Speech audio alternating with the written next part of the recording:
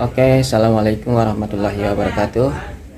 Buat teman-teman ya, di sini saya sedang melakukan pergantian spare part dari motor Supra X125 karbu ya. Jadi si motor ini keluhannya gredek ya. Jadi pada saat tanjatan, kalau menurut penuturan yang punya motor ini, dia agak gredek sedikit, jadi seperti motor Matic ya. Nah, oke, kita lanjut ya. Jadi ini kampas koplingnya sudah kita siapkan ya, yang asli. Lalu untuk mangkok gandanya, karena keluhannya si motor ini gredek ya, yang kita khawatirkan daripada pantekan si mangkok ganda ini agak kendor sedikit ya. Tapi saya sudah cek sih tidak ya, tidak kendor. Tapi di sini sudah saya lakukan pengelasan ya.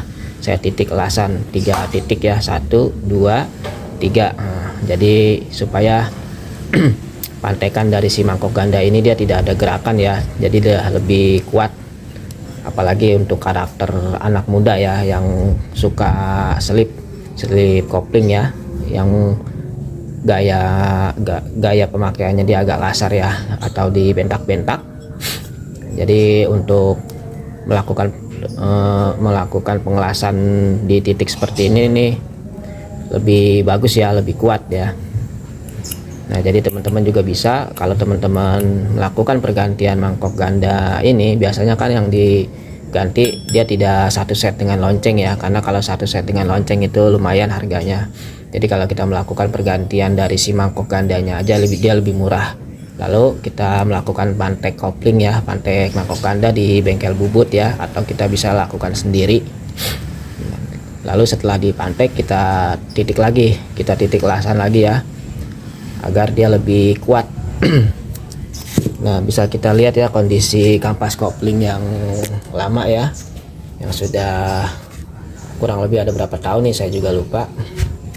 Nah, ini kampas koplingnya yang lama ya. Ini sudah dilihat dari warnanya ya, dia sudah angus ya, sudah terkena panas, jadi sudah keras ya. Dia punya kampas koplingnya ini sudah keras banget. Ini bisa juga yang bikin dia agak geredek juga dari sini, bisa dari bagian kampas kopling ya, jadi dia selip geredek. Oke, sekarang kita akan lakukan pemasangan ya. Oke, jadi kita akan melakukan pemasangan kampas kopling ya. Jadi untuk pemasangan kampas kopling dari Supra X125 karbu ini, kita pasang di bawah ya.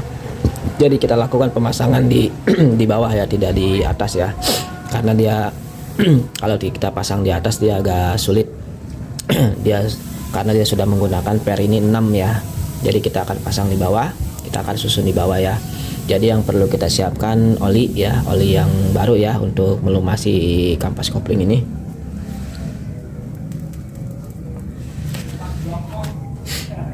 Oke, kita lanjut ya.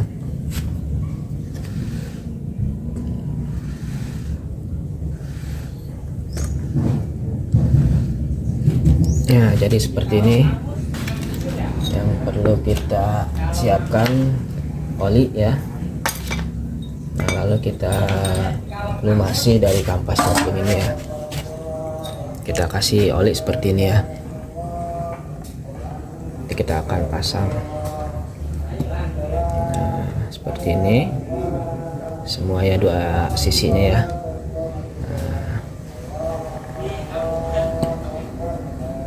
Kita kasih oli, lalu kita pasang di sini ya. Lalu kita pasang plat koplingnya seperti ini ya. Lalu kita pasang lagi kampas koplingnya. Nah, caranya kita kasih oli di bagian sini ya, sama aja ya. Nah, kita kasih oli. Nah, kita pasang kampas koplingnya. Jadi yang perlu kita pasang kampas kopling dulu ya. Nah, terus kita kasih oli. Nah, seperti ini. Nah, baru kita kasih plat lagi. Kita kasih plat. Nah, kita luruskan ya kampas koplingnya. Nah, kita kasih oli lagi di sini buat ya menempel ya di kampas kopling. seperti ini. Nah, dia menempel. Lalu kita kasih oli lagi.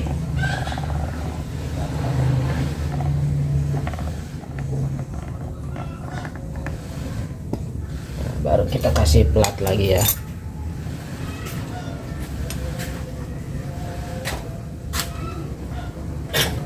Si Mamang, kita kasih oli lagi.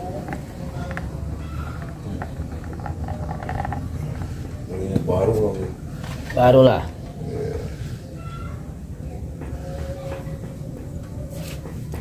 Kelihatan.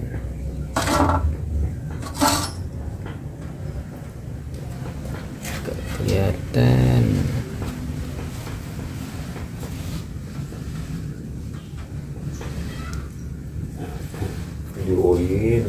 Join dong biar orangnya tahu. Oh, ganti ya? Iyalah. Ganti tahu. Dikirimin di sana itu. Kirimin lah.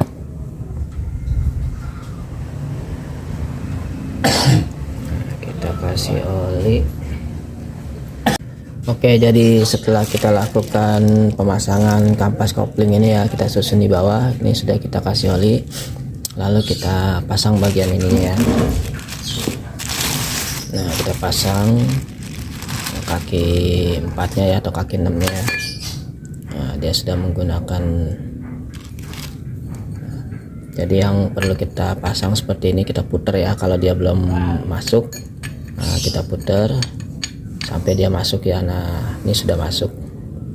Lalu kita luruskan bagian plat koplingnya ya. Nah, seperti ini ya. Nah, setelah dia sudah masuk seperti ini, baru kita pasang ring dia ya di sini. Nah, kita pasang.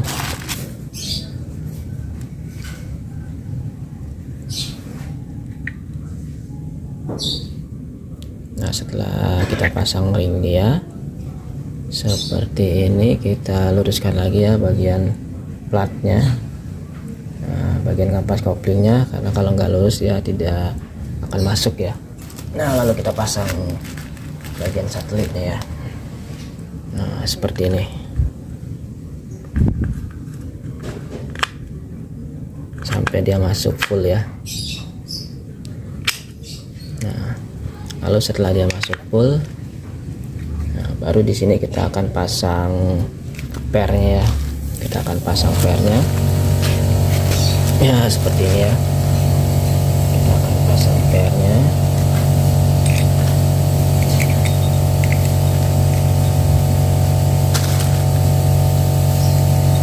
Kita pasang pernya, kita pasang di sini ya, kita cari yang ada thread bautnya ya. Nah, seperti ini harus pas ya. Lalu kita pasang bautnya. Oke.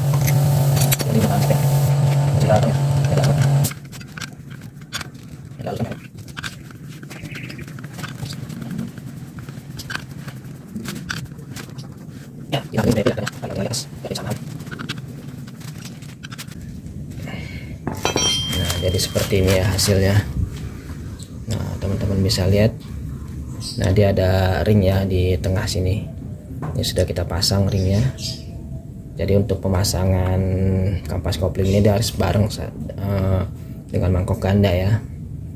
Nah, di sini juga kita akan mengganti per dari kampas ganda juga ya. Nah, ini sudah kita siapkan. Jadi karet gandanya ini akan diganti ya. Nah, ini sudah dibuka, sudah dibersihkan. Kelihatan ya. Nah, ini karet ganda yang baru juga sudah dibuka. Nah, ini kita akan pasang ya. Kita pasang karet gandanya yang baru. Nah, seperti ini. Nah, lalu kita pasang kampas gandanya ya. Seperti ini. Ya, kita bareng pemasangannya ya. Oke. Nah, setelah kita pasang kampas gandanya, sekarang kita pasang pernya ya, menggunakan obeng min ya, obeng lancip. Nah, seperti ini.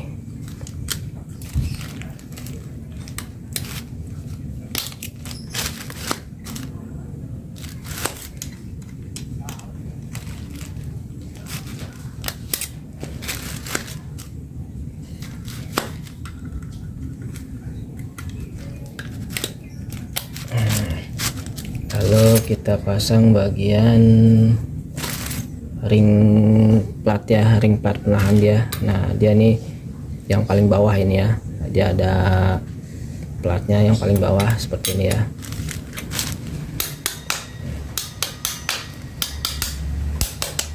Sampai full. Nah lalu ini ada yang disebut plat per ya, buat penahan dia. Nah baru kita pasang plat yang paling atas ya. Nah kalau kita perhatikan nih, plat yang paling atas dia ada pengunci spi ya, pengunci spi. Nah ini di bagian atas ya. Nah kita pasang seperti ini. Nah lalu kita pasang kancing spinya.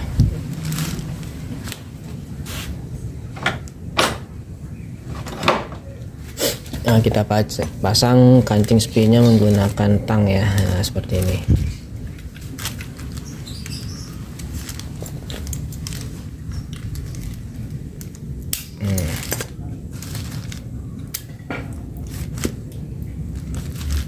Nah dia sambil ditekan ya.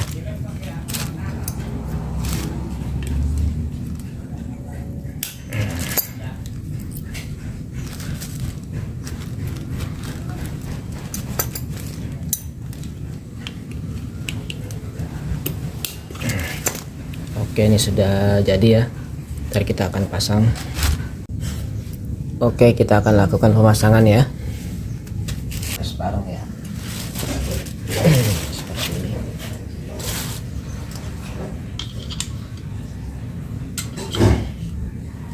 Kita kasih oli dulu. Nah, bagian sini.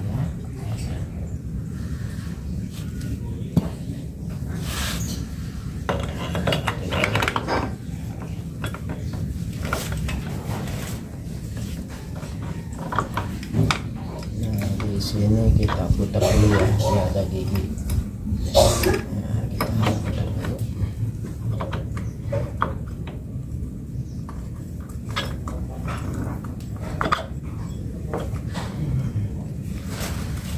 Oke, seperti ini ya. Ini sudah terpasang. Nah, ntar kita akan ini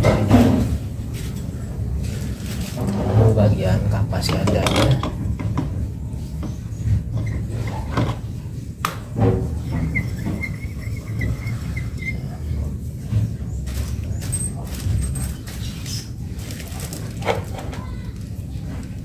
Pasang ringnya dulu, kita kasih oli.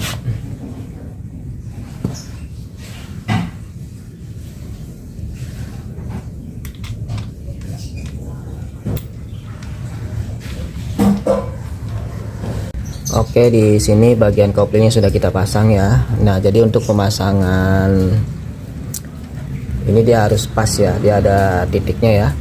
Nah dia bisa dilihat ada titiknya di sebelah sini ya.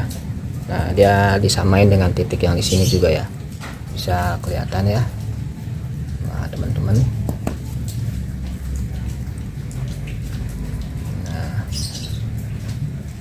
nah di situ dia ada titiknya ya, dia harus pas.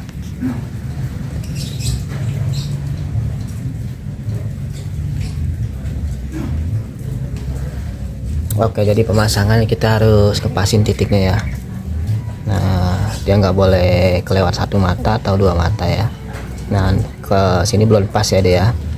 Nah kita maju, nah segini ya pas titiknya. Lalu kita bisa mengetesnya menggunakan persneleng ya, dia udah pas atau belum. Nah seperti ini ya, dia masuk. Lalu untuk pemasangan stud koplingnya ya. Nah stud koplingnya ini kan dia, nah pemasangannya dia seperti ini ya. Jadi supaya pemasangannya lebih mudah, kita menggunakan gemuk ya, agar dia tidak mudah jatuh ya. Lalu untuk baut setelan kopling luar di bak kopling itu kita buka dulu ya.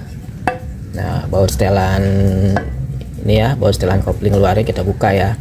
Kita buka, kita kasih gemuk atau oli ya, baru kita pasang lagi. Jadi jangan sampai setelah bak kopling ini terpasang kita setel dia susah, keras ya. Nah jadi penyetelannya dia kan di sini. Nah bisa dilihat ya. Nah baut selang ini kita buka ya, kita buka semua lalu kita bersihin, terus dikasih gemuk atau oli ya, supaya untuk penyetelan kopling itu dari luar itu lebih mudah. Lalu untuk pemasangan packingnya, bosnya kita taruh di sini ya, bosnya. Nah ini untuk bosnya kita taruh di bagian blok mesin yang menempel ya. Nah ini baru bosnya 2, baru kita kasih packing ya. Jadi packingnya kita taruh di sini, lalu packingnya kita kasih lem sedikit ya. Sekarang kita kecilin dulu.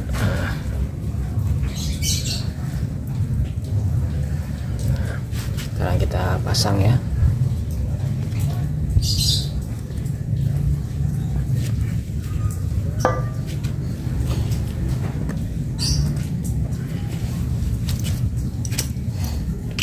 Nah jadi untuk packing ini kita kasih lem sedikit ya,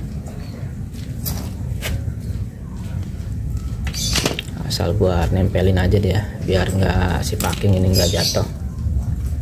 Nah di bagian sisi sebelah sini ya, sebelah dalam, nah, seperti ini.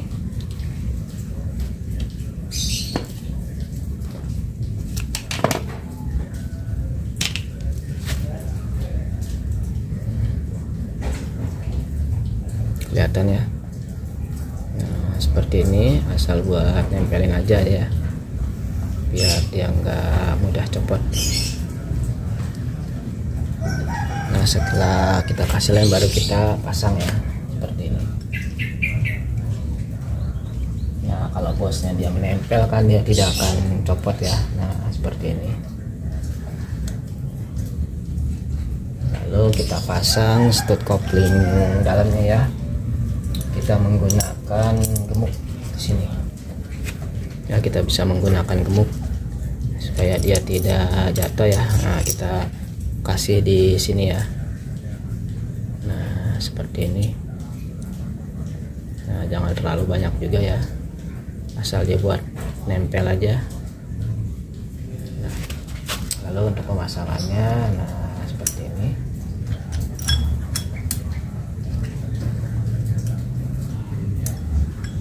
Ya.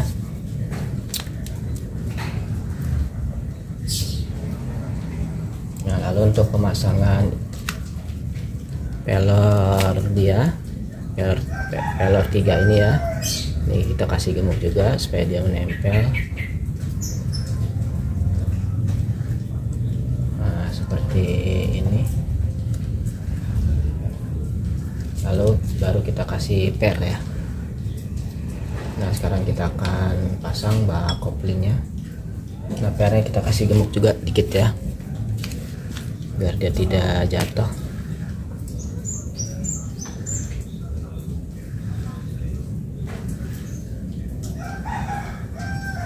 Seperti ini.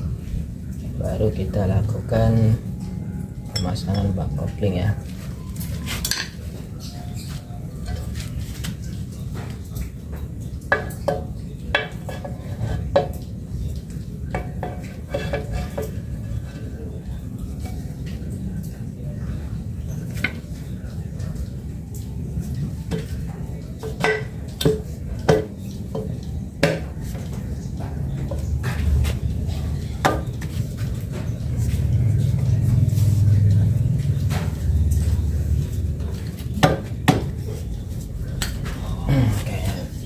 Copot nih ya, dia copot ya, jadi udah pas. Kita ulang lagi.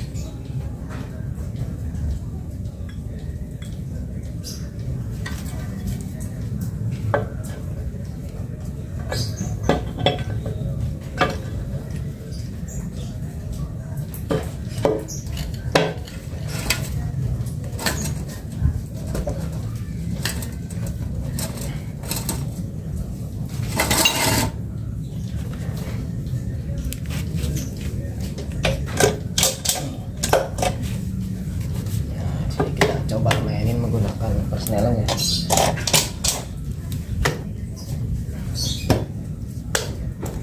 Oke ya, dia sudah masuk. Sekarang kita coba bautin dulu. Kita kasih bautnya 3 aja dulu buat tes ya.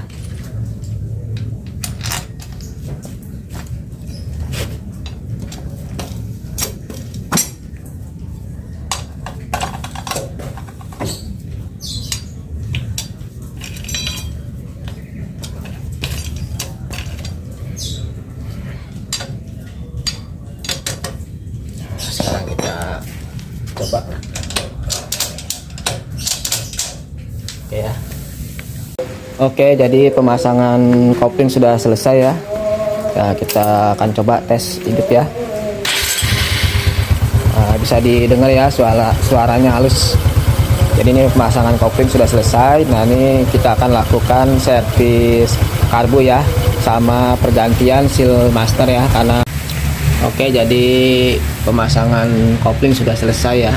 Nah, sekarang kita lakukan servis karbu ya. Nah, ini sudah terlihat karbunya kotor ya.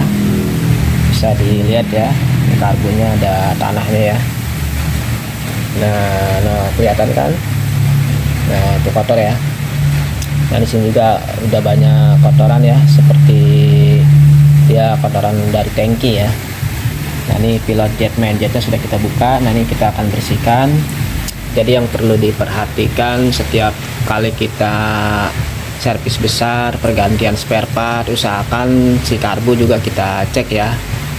Jadi si karbu kita cek, busi juga kita cek. Kalau memang busi ini dia belum, walaupun dia belum mati, kalau kita lihat kondisi keadaannya dia memang sudah lama ya, belum dilakukan pergantian busi, nah kita ganti aja sekalian. Jadi untuk menghindari hal-hal yang setelah si motor ini sudah di servis besar, bongkar kopling, pergantian spare part di bagian kopling ya, kampas kopling, terus yang lain-lainnya.